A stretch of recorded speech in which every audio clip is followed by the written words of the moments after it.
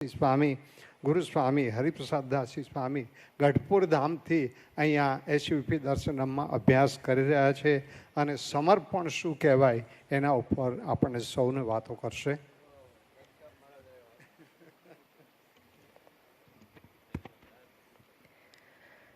યતપાંગ પરિસ્પંદે વિશ્વમેતત વ્યવસ્થિતમ સ્વામિનારાયણો શ્રીમાન સ્વયં વિજયતેતરામ. ઈષ્ટદેવ પરમ કૃપાળુ પરબ્રહ્મ પુરુષોત્તમ નારાયણ ભગવાન શ્રી સ્વામિનારાયણ નિજ મંદિરની અંદર બિરાજમાન વાલા વાલા બાળ સ્વરૂપ શ્રી ઘનશ્યામ મહારાજ એવં આપણા સૌ કોઈના ગુરુસ્થાને બિરાજમાન એવા ગુરુવર્ય પૂજ્ય માધવપ્રિય સ્વામીના ચરણોમાં વંદન એવં આપના માતૃવાત્સલ્ય પરિપૂર્ણ એવા સદગુરુ બાલકૃષ્ણદાસજી સ્વામીના ચરણોમાં વંદન. અત્રે ઉપસ્થિત સર્વે સંતો અને શ્રીજી મહારાજના સર્વે લાડીલા હરિભક્તો બધાને મારા ભાવથી જય સ્વામિનારાયણ. અવાજ નો આવ્યો? જય સ્વામિનારાયણ. મંદિરની ઉપર ચળકતા શિખરની પાછળ પાયામાં રહેલા પથ્થરનું સમર્પણ છે. નદીની અંદર વહેતા જળની પાછળ વરસાદના એક એક બૂંદનું સમર્પણ છે. એવી જ રીતના આપણા સ્વામિનારાયણ સંપ્રદાયની દિવ્યતા અને ભવ્યતાની પાછળ અનેક સંતો અને ભક્તોનું સમર્પણ સમાયેલું છે.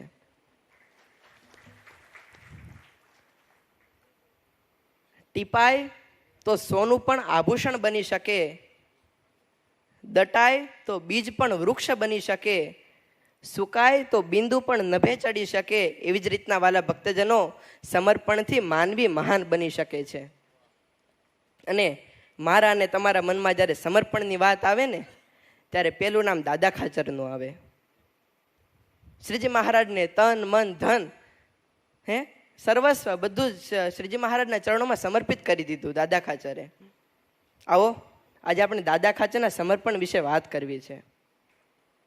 શ્રીજી મહારાજને સમર્પણ કેવું કર્યું? આ વાત વિક્રમ સંવંત 1870 એબલ ખાચર જ્યારે ધામમાં વહી ગયા ત્યાર પછીની વાત છે. આખા ગરડાના ધણી દાદા ખાચર એકવાર મહારાજને પરીક્ષા લેવાનું મન થયું એટલે દાદા ખાચરને બોલાવ્યા. દાદા ખાચર આવ્યા અને મહારાજને પ્રાર્થના કરી, બોલો મહારાજ. એટલે મહારાજે કીધું કે આ ગરડું ગામ કોનું છે? દાદા ખાચર મૂંઝાણા કે મહારાજા શું કહી રહ્યા છે. દાદા ખાચરે કીધું કે મહારાજ, મારાથી કઈ ભૂલ થઈ? મહારાજ કે ભૂલ કાંઈ નથી થઈ, પણ આ ગરડું ગામ કોનું છે? દાદા ખાચરે કીધું મહારાજ, બધી વસ્તુ મેં તમને સમર્પણ કરી દીધી, પછી મારું શું મહારાજ? આપનું જ છે. તો દાદા ખાચરે મહારાજે કીધું કે તો આ મારું છે તો આ જે તમારી પાસે જે ગામ ગરાસ છે તમારી બહેનોને સોંપી દો. એટલે મહારાજની આજ્ઞા થઈ એટલે જે દાદા ખાચરના નામે જે આખો ગામ ગરાસ હતું ગરડું ગામ, તેમના બે બહેનોને સોંપી દીધું. બહેનોને સોંપી દીધું. પછી બહેનો એ ગામ ગરાસ ચલાવતા હતા.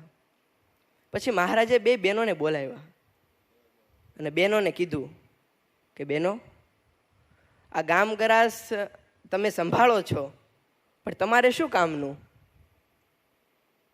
મહારાજ પરીક્ષા લઈ રહ્યા હતા પણ આ બહેનોને કંઈ સમજાતું ન હતું કે મહારાજ શું કરી રહ્યા છે.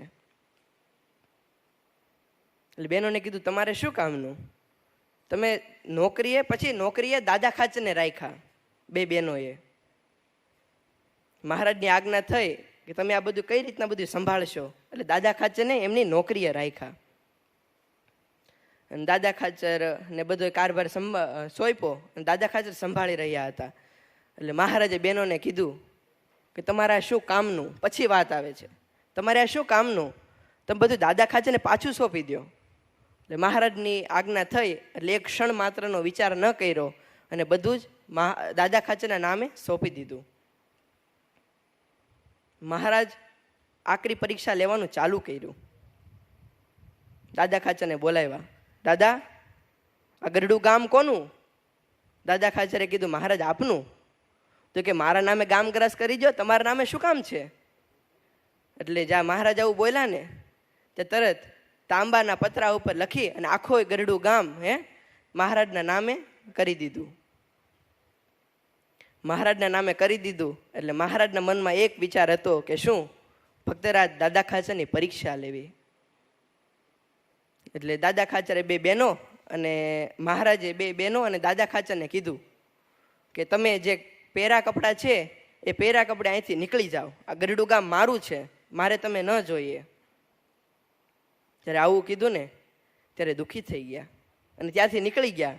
રસ્તામાં જતા જતા ચોધાર આંસુએ દાદા ખાચર અને બે બહેનો રડે છે.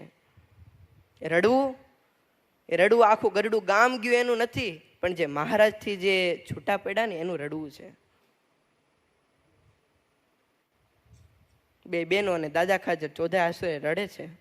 આગળ જતા જતા રાધા વાવે પહોંચ્યા. ત્યાં વાવમાં પાણી પીવા ગયા. જ્યાં પાણી પીતા હતા ને ત્યાં લોયાના સુરા ખાચર મહારાજે ઘોડીએ આવ્યા મહારાજના દર્શન કરવા અને દાદા ખાચરને જોઈ ગયા. દાદા ખાચર સામે પાણી પીતા હતા. એટલે સુરા ખાચર દાદા ખાચર પાસે ગયા અને પૂછ્યું કે દાદા કેમ રડો છો, શું થયું? એટલે દાદાએ અને બે બહેનોએ જે પૂર્વ વૃત્તાંત બધું બતાવ્યું કે આવી રીતના મહારાજે કીધું અને અમે ત્યાંથી નીકળી ગયા. સુરા ખાચર કે દાદા જ્યાં લગી પાછો ન ફરું ને ત્યાં સુધી તમે આન્યા રહેજો. દાદા ખાચરે કીધું કાંઈ વાંધો નહીં. મહારાજ ત્યાં આપણે સુરા ખાચર ત્યાંથી નીકળી ગયા. મહારાજ પાસે ગયા. મહારાજને આવી અને વંદન કર્યા અને વંદન કરીને કીધું કે મહારાજ તમે આ શું કરી રહ્યા છો? શ્રીજી મહારાજ બધું જાણતા હતા. કહેવાય ને કે તન કી જાણે મન કી જાણે જાણે ચિત્ત કી ચોરી. મહારાજ બધી વસ્તુ જાણતા હતા. સુરા ખાચર આવી અને મહારાજને કીધું મહારાજ તમે શું કરી રહ્યા છો? મહારાજે કીધું કેમ શું થયું? કે તમે આખા ગરડા ગામના ધણી દાદા ખાચરને તમે મોકલી દીધા. મહારાજ મંદ મંદ હાસ્ય કરે